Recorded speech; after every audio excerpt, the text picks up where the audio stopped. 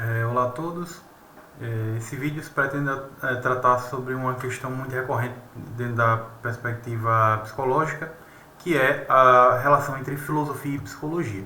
Quando nós percebemos a importância da filosofia dentro do curso de psicologia, nós também percebemos enquanto que ela é renegada e o quão pouquíssimo tempo sobra para a dedicação das perspectivas filosóficas. Ora, a psicologia se fundamenta em torno de dois pilares: a fisiologia e a filosofia.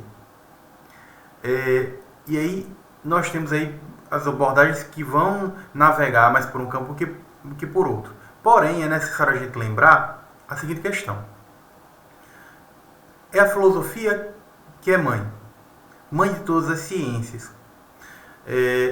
E a filosofia já discute questões da psicologia muito antes do que a ciência moderna poderia sonhar. Desde os gregos antigos já se discutia questão sobre espírito, sobre alma, sobre mente. E aí, nesse sentido, por exemplo, nós vemos um fenômeno chamado catarse, que foi estudado por Aristóteles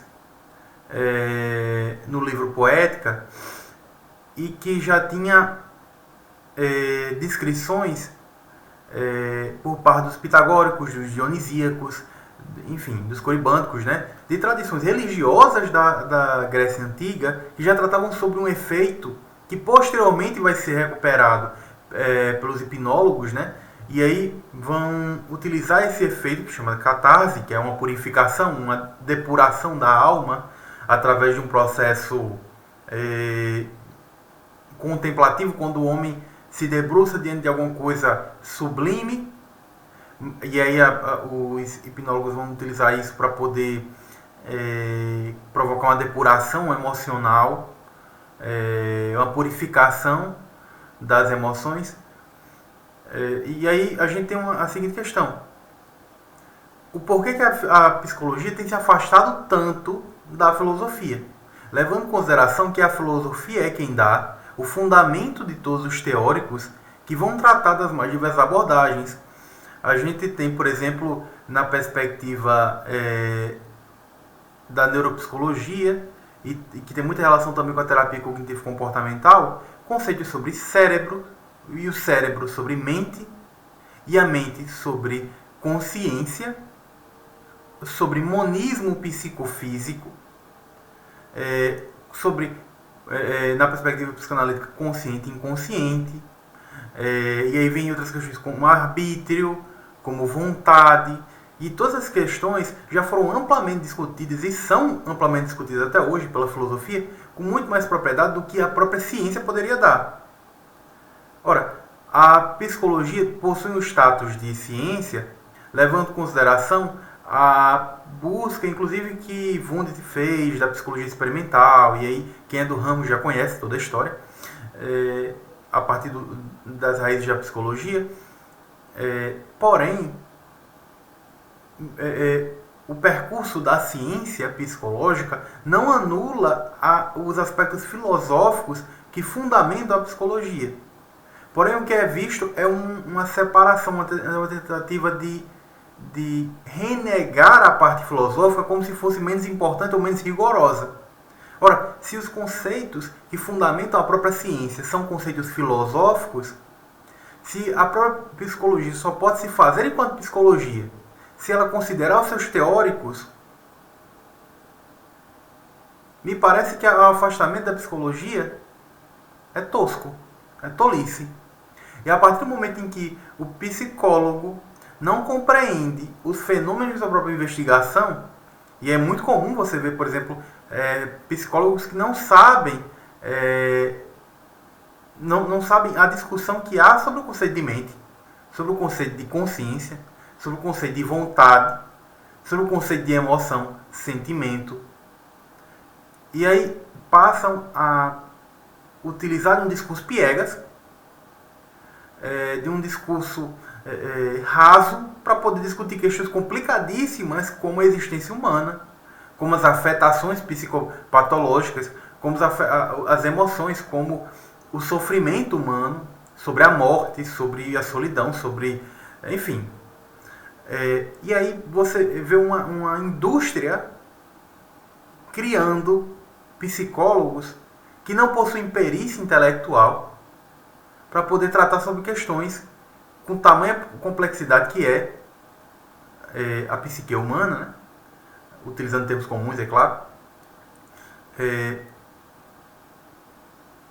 E aí a falta de perícia só pode resultar numa coisa: no fracasso. E acima de tudo, além do fracasso, a subjugação da psicologia a outras áreas que a utiliza como subciência, como uma espécie de técnico em psiquiatria, técnico em neurologia. E o psicólogo, a própria psicologia já possui sua própria fundamentação epistemológica. A psicologia já possui a sua totalidade. A totalidade no sentido de possuir um arcabouço entrelaçado, bem fundamentado, que dá a ela uma identidade. Mas a falta de conhecimento sobre os conceitos, a falta de conhecimento epistemológico da própria psicologia, faz com que os indivíduos acabem se tornando submissos a outras áreas que se pretendem justamente oprimir, que se pretendem justamente absorver, engolir áreas avulsas. Nós temos aí uma série de ciências que talvez pela dificuldade que talvez pela incompetência em saber os seus fundamentos, a incompetência de saber a sua própria fundamentação, acaba se subjugando a essas outras ciências como se fosse algo inferior. Ora, a gente vê muito isso feito pela medicina. A gente vê muitos médicos psiquiatras, enfim, os médicos dessas áreas mais, eu vou chamar de psíquicas, embora o nome não seja apropriado, mas só para que entendam, subjugando áreas como a psicopedagogia, subjugando áreas como a psicologia. E aí, a partir do momento que os indivíduos não se colocam como responsáveis pela sua formação profissional, ou como responsáveis por defender e fundamentar e procurar os fundamentos filosóficos da sua área, eles acabam dando aval para esse tipo de coisa. E aí existem áreas que me parecem muito excelentes no seu papel de fundamentar a sua prática, como a psicanálise, como as perspectivas existenciais, fenomenológicas existenciais, enfim. Porém, outras abordagens acabam servindo como uma espécie de subciência, de ferramenta auxiliar que me parece se colocarem como menor, ou como um anexo à psiquiatria, ou à neurologia, enfim. E acabam perdendo sua própria identidade.